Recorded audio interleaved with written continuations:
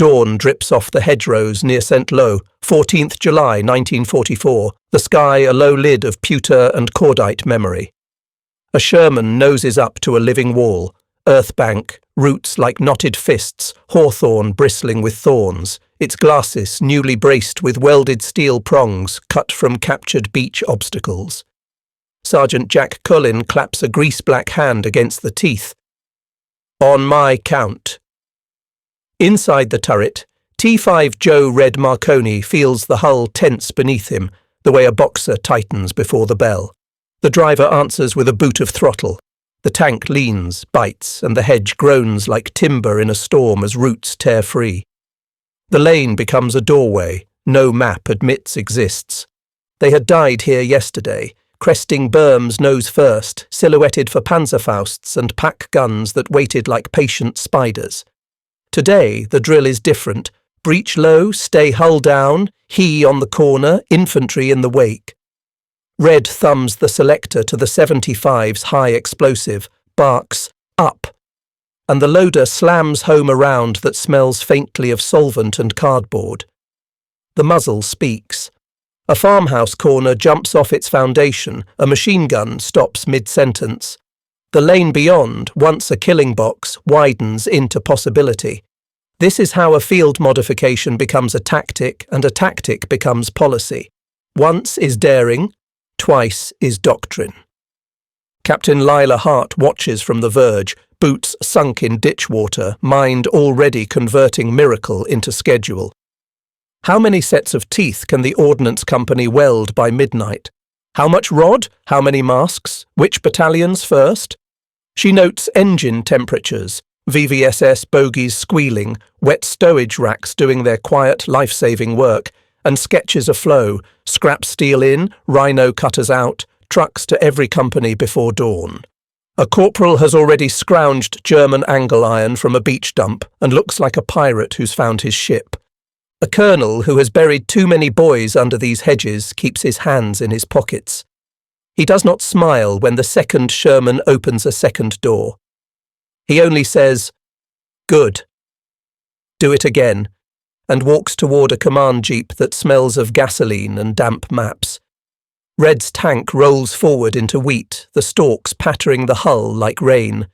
The earth smells like loam and old manure. The exhaust paints the hedge bank in hot breath.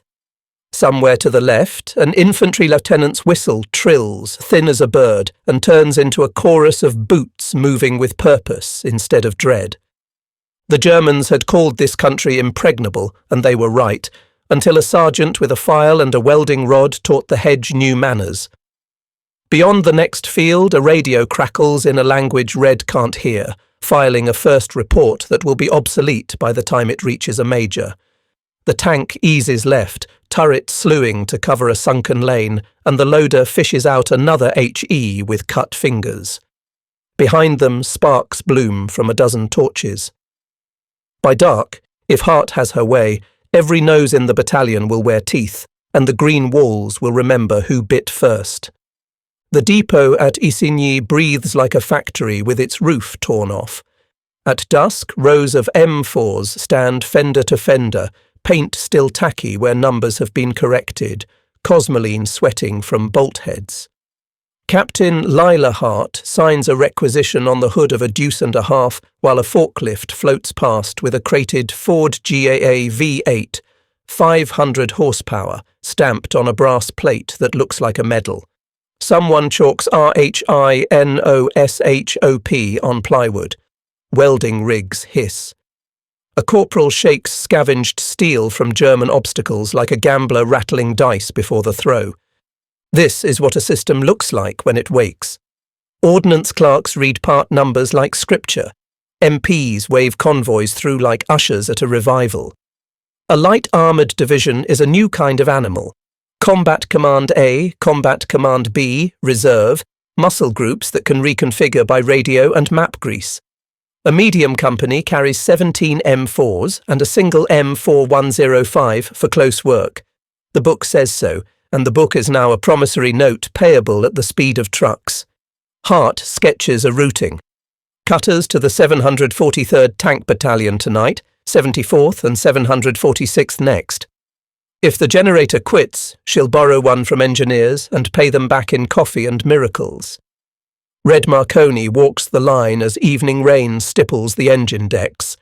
He runs a hand along the long 76mm tube on an M4A376W and feels the difference in reach, the promise of better armour bite, the reality that HVAP is rumour and AP must be husbanded. A staff sergeant shows him wet stowage bins, water-jacketed ammunition racks that smother sparks which used to turn penetrations into funerals. In a corner, a wrecker lifts a burned hull and Hart peels the radio set before the bulldozer nudges the carcass toward salvage. Nothing dies all at once here. Everything is harvested for tomorrow's advance.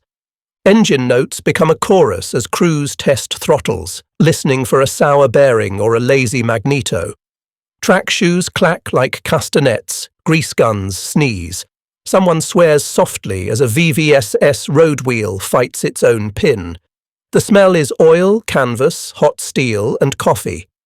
Hart's pencil keeps time. 24 Rhino kits complete by 2100 hours, 36 by Reveille if the generator holds. She circles a culvert on the map that will eat a wrecker if the rain keeps up, then writes a warning in grease pencil where a tired corporal can't miss it. By full dark, the depot's glow throws long shadows across puddles filmed in rainbow. A courier ducks under canvas with a message. Operation Cobra is a sunrise away. Hart looks at her watch, then at the rows of noses bristling with teeth and thinks, not for the last time, that miracles run on schedules written in tonnage. Across the road, a sign blooms arrows. Supply, ordnance, medical, graves registration. The orchestra is tuning, and the conductor is gasoline. Heat stands over the bocage like glass. On 25th July 1944, the sky fills with heavies, a carpet that shakes plaster from rafters and resolves a month of stalemate into motion. The first bombs land short. War is never clean. And then the lines align. Dust and shock turn noon to dusk. When the curtain lifts, rhino-nosed Shermans punch synchronized lanes. Engineers widen them with Bangalore and dozer blades, and infantry flows through a geometry that did not exist yesterday. The map catches its breath and redraws itself in real time. Red Marconi feels the driver step the throttle and the Ford GAA answer with that trustworthy, patient pull. He calls for he and the loader slams the 75mm home, the smell of solvent and cardboard cutting the throat. A dug-in Panzer four-winks fire. The coke sparks. An AP round follows because habits die slowly and steel faster. The duel is brutal and near, but the day doesn't belong to duelists. It belongs to tempo. Tanks arriving where German maps still say no road, artillery answering in seconds with time-on-target precision that lands like a door slamming in every hedged field at once. Captain Hart rides the edge of the breach watching the maintenance ledger rewrite itself in real time. Broken bogey. Swap the arm. Burned wiring loom. Harness from stock. She thinks of the ships still crossing the Atlantic and the workers riveting at midnight, and understands why the enemy's language has 100 words for bravery and not enough for replacement. A recovery crew cannibalizes a wreck for road wheels, then shoves the husk toward a yard where it will be tallied, mourned, and replaced as a matter of course. The clerk's pens are as decisive as any gun on the line. Lieutenant Carl Brenner, patient and lethal, places his Panther where the lane constricts and waits for silhouettes. He earns a kill and feels the old pure pride for the length of a heartbeat. Then the earth trembles again, and more Shermans come through other gaps, and he counts petrol in single digits and shells by the hand, and the shape of the day changes from arrow to tide. His radio hisses for coordination he cannot have. He is a swordsman in a gun factory. Here is the impossible statistic that begins to bend understanding. By war's end, the United States has built more than 50,000 Shermans and more than 2,380,000 trucks to feed them, numbers that behave like weather fronts rather than totals. In one armoured division, the 3rd, hundreds of Shermans will be destroyed and replaced, and the unit will still be attacking tomorrow. The laughter once attached to Ronson fades under the grind of replacement. Toward evening, the column lengthens its stride, and the road ahead stops being a question and becomes a schedule. From Brittany's hedges to the Seine's bridges, August 1944 becomes the month of distance. Columns stretch, contract, breathe. Seen from above, a US armoured division is a moving city with its roof off, tanks, half-tracks, wreckers, ambulances, and a sharking fuel bowser that noses from vehicle to vehicle. Dust hangs behind in long banners, announcing victory and advertising breakdowns, and every banner is a promise that ordnance will keep pace. Red Marconi learns, march tables the way he learned the gun, 10 minutes halt each hour, road guards at every choke point, radios tight, intervals held. Reliability becomes a weapon. The M4's forgiving systems and that V8's steady pull mean a company can make a day's march while German machines with keener teeth wait for spares that will not arrive. Red mugs tepid coffee from a canteen cup and listens to the engine note the way a parent listens for a child's breathing in the night, attuned for the catch that means trouble, and hears only the even hum of promise. Captain Lila Hart turns maps into shopping lists. Bridge classification matters more than poetry. An overloaded wrecker will drop through rotten planks as quickly as a tank. She circles culverts, grades detours, sketches new POL points 40 to 60 miles apart. Her ordnance teams practice engine swaps like pit crews. A Ford GAA will come out and a fresh one go in so fast an infantry regiment bivouacked nearby might never notice more than an hour's silence. A burned hull yields radios and rollers before a bulldozer pushes it toward the collection point.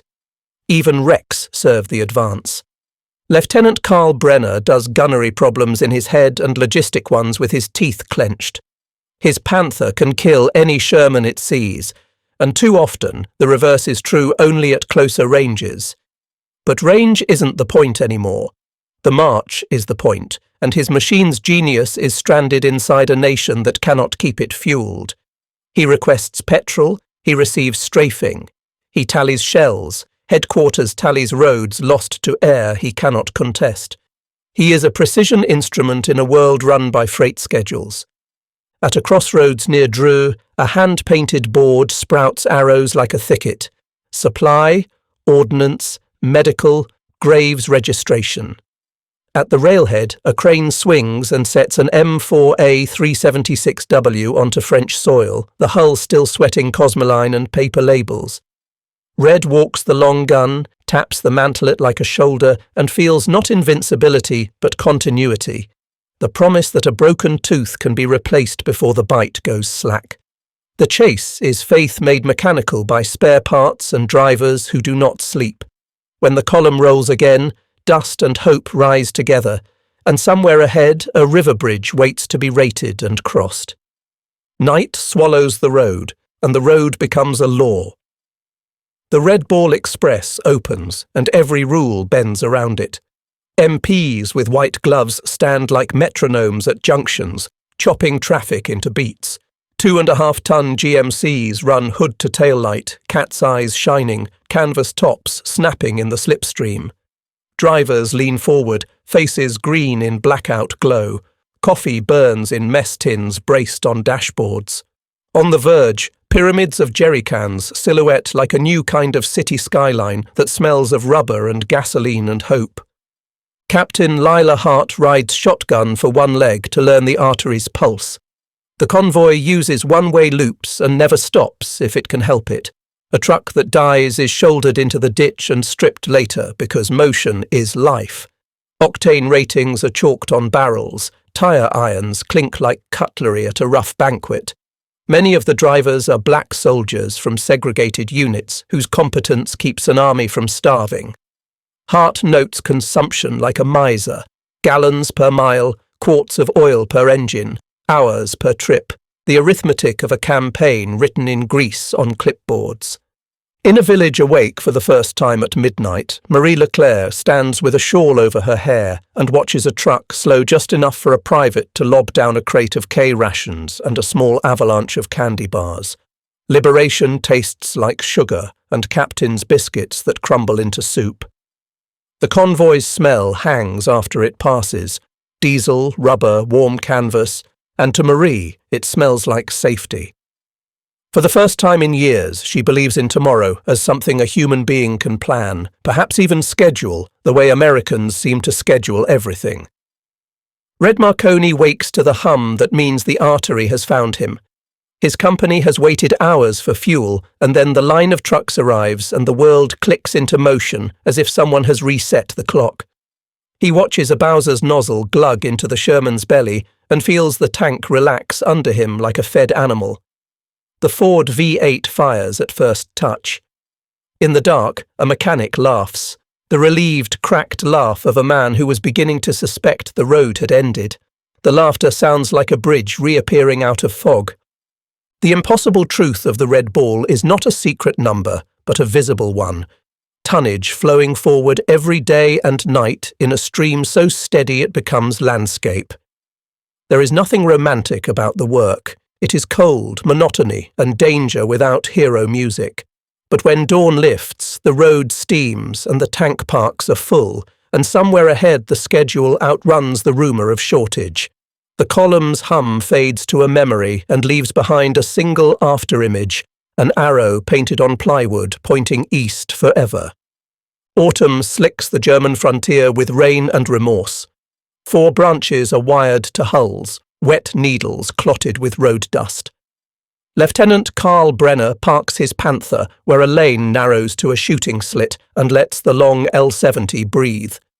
He feels the machine's proud geometry under his hands, the sloped glacis, the catwalk smooth traverse, the gun that can break a Sherman frontally before the American can answer. For a minute the old arithmetic returns. Angle, range, hold, fire. A Sherman noses into view, then another, cautious as foxes. Brenner's gunner whispers the elevation. The first shot lands true and terrible. Flames peel back from the turret like orange cloth. For a heartbeat, confidence returns, not as arrogance, but as relief that skill still matters. Then the radio hisses about petrol gone tight and replacement tracks that never left a rail yard 2 provinces east. Of 5 Panthers in his platoon, 2 are deadlined, 1 starves on fuel, and 1's crew are boys who still say "sir" too often. Superiority becomes a museum exhibit when the lights go out. Across the lines, Red Marconi's company adapts. A squat-faced M4A3E2 jumbo shoulders into the lead for town work, its thickened glacis shrugging off what would have split an ordinary hull. An M4A376W with HVSS rides steadier over ruts, its wider tracks lowering ground pressure enough to make winter a little less cruel. HVAP for the 76 is scarce and will remain so, but the net, artillery registered on likely ambush corners, smoke to cut a lane, infantry riding the sponsons, does the killing that statistics rarely credit. Captain Lila Hart reads a request that would have seemed fantastical a year ago. Require jumbos for urban breach teams. She turns it into a rail movement and a memo that becomes a reality 2 weeks later, because the machine she serves has learned to grant wishes made in the key of necessity. Her mechanics swap bogies in raincoats that stink of rubber and old coffee, hands numbed, smiles brief and crooked, the yard a tide pool of parts where nothing lies still for long. Here the impossible statistic ripens again into meaning. Germany will build roughly 6,000 Panthers across the entire war. The United States will field Allied Europe with more than 20,000 Shermans in various hands and keep them fueled by a river of more than 2 million trucks. Numbers like that are not counts, they are climates. Brenner can still win shots. He cannot win days. When the rain breaks and the sky brightens like tin, he hears aircraft he cannot see and thinks, not for the first time, that victory belongs to whoever can keep engines turning. By full dark, the lane is empty, but for steam and a smell of hot paint. Red's driver taps the hull twice with his boot. Good luck or habit. Tomorrow the roads grow harder and the towns closer. Winter is coming, and with it a forest that eats maps. The forest woke Mean on the 16th of December 1944. The fog so thick, the pines felt like walls you could smell. Men came up from their blankets to bugles of shouted warnings and engines coughing to life under tarps stiff with frost. Red Marconi's Sherman idled with that familiar Ford GAA patience while the driver tapped the starter twice for luck, breath smoking out of the bow gunner's hatch. The platoon sergeant's voice travelled strangely in the damp, like a gramophone playing from inside a closet. Somewhere ahead, a road junction the maps called Ordinary, just a number and 2 arrows, was already a place people would remember all their lives. German columns slipped between trees with slitted lamps and discipline you could taste. Panthers, assault guns, grenadiers riding fenders with scarves over their mouths. Lieutenant Karl Brenner felt the old excitement, the way a hunter does when the woods go quiet before game breaks cover. His gunner tracked a muzzle's width left and right, while Brenner chewed a piece of bread so stale it bent his teeth. He had orders and a doctrine that still made sense in fog. Close with surprise, break through before the Americans can use their sky. Red's company fought half by sound. A Panzerfaust whispered and then roared, a buddy's tank breathed fire from the turret ring and was suddenly only heat and silhouettes hauling a wounded man out by his webbing. The platoon worked the drills that training had crushed into their bones. Smoke to blind the lane, HE on hedge corners, cokes rattling at suspected windows.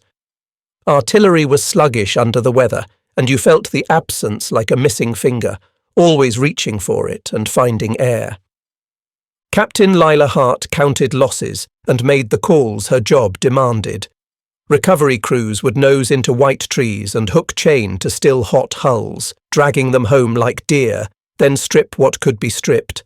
Wreckers bogged in ditches, mechanics warmed oil on cook stoves before they poured it, because metal had turned ungenerous as an old landlord.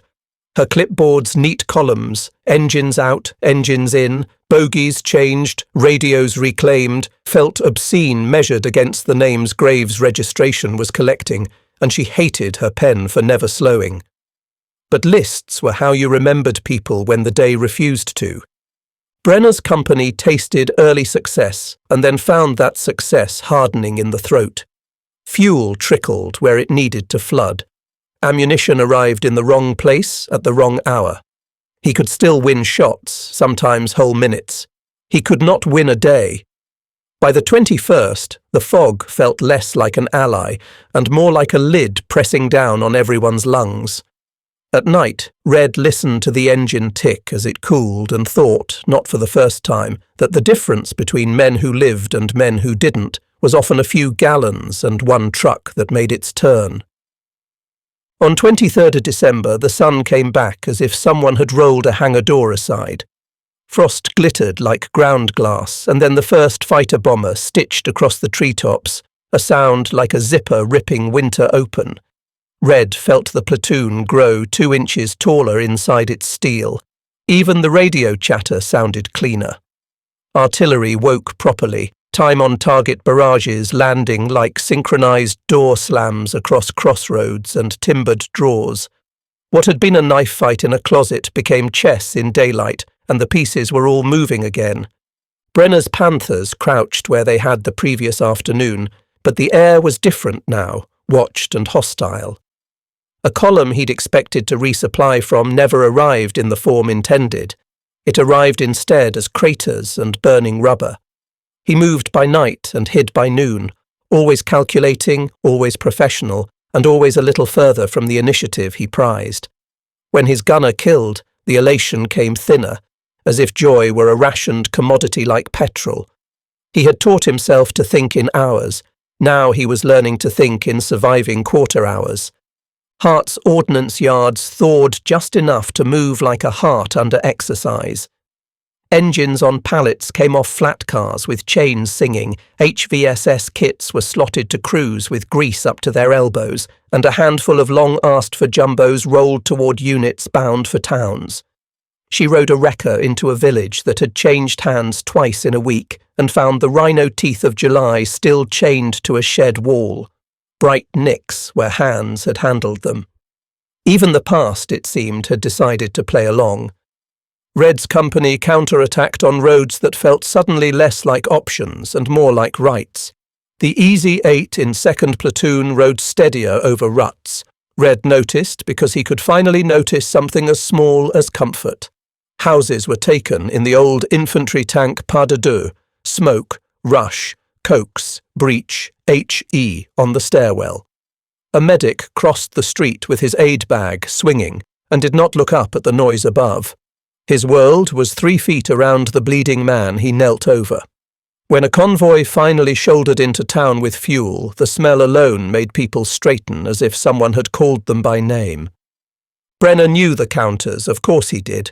Ambush at tree line, feint at the crossroads, fall back behind a trestle bridge, then blow it at the right second. He did all of it as well as a man could, and still the sound grew. Engines, so many engines, and that endless sky buzz that made your shoulders knot. On the 27th, he stood beside his tank and watched a road he could not hold any longer. He told himself it was sensible, a delaying action worthy of praise. In truth, it felt like being moved by a conveyor you couldn't see, toward an end you already knew by shape, if not yet by date. Cologne, 6th of March, 1945. Afternoon light slanting like a benediction no one expected. The cathedral rose from rubble like ribs in a great chest, bomb-blackened but unbowed, and the square around it was a geography of hurt. Red's Sherman nosed along tram rails, kinked into iron vines, cokes flicking short bursts to test windows. The loader handed up a 76mm round and winced where a cut from yesterday's crate had opened again. Tape wouldn't stick to grease and dust. Across the square, a panther crouched in a shell-bitten facade with a view that would have made an artist weep and a gun line that made crewmen pray. The exchange came fast, muzzle flash, a smear of dust, the moment of not knowing if you were still a person or already a name on a list. Red felt the gun settle, the breech kick, the loader slap his shoulder. A wall jumped out of True. Someone's grandmother's armoire gave up the ghost in a spray of kindling. Then silence in that weird urban way, as if the city's lungs had paused between coughs to remember music. It would have been like this in any street fight. Drill, chance, violence taught to behave. Marie Leclerc, now a librarian in a city half library and half ruin, shepherded children down a stair whose banister had soaked up 100 years of palms. Dust made slow snow. When she came up again, a GI handed her a chocolate bar the colour of old church wood, and she tried not to cry because you do not want to waste salt in a city that has lost so much. Generosity felt heavier than hunger. She tucked the wrapper into her pocket as if it were a passport back to ordinary life. Hart arrived hours later with a list that looked like a field surgeon's. Periscopes shattered, turret traverses tight with grit, mantlets scored by masonry, 2 transmissions seizing from brick dust. She triaged metal the way medics triaged men and hated that the verbs overlapped. Recovery crews hooked chains through rooms that had been parlours and yanked hulks into daylight. Meanwhile, rail cars creaked at depots upriver, and the arithmetic of replacement kept its old, relentless time. Here is the statistic that seems to bend reality. In one US armoured division, the 3rd, hundreds of Shermans would be destroyed and replaced, and roughly as many knocked out and repaired, a churn that by itself at times exceeded the running strength of entire German Panzer Corps in that winter. The duel inside the square mattered to the men inside it. The system outside the square decided who would own the map by nightfall. When Red's tank idled under the cathedral's shadow, the engine note sounded like a hymn with a torque curve. At dusk, the square smelled of brick dust, hot oil and chocolate. Marie tucked the wrapper flatter, as if making a page marker in a book she would one day reopen. Red scribbled a note to a buddy's mother he'd been avoiding since December. Hart signed for a crate of Traverse gears before the light failed. The river moved the way rivers do, indifferent and ancient, carrying bridges and answers west. March melted toward April, and the war learned to speak in totals. In a requisition tent that flapped like a loose jaw, Captain Lila Hart laid her clipboards across a table and turned columns into a pulse. Engines out, engines in, road wheels pressed, idlers swapped, guns relined with new tubes, sight heads replaced after masonry had peened their edges. Hulls issued to replace hulls that the recovery yard had already catalogued and sent to the slow ferryman that was salvage. Outside, a train squealed, and the sound travelled through canvas as if someone had drawn a fingernail down a page. Red walked the yard and recognised turret numbers like faces in a crowd.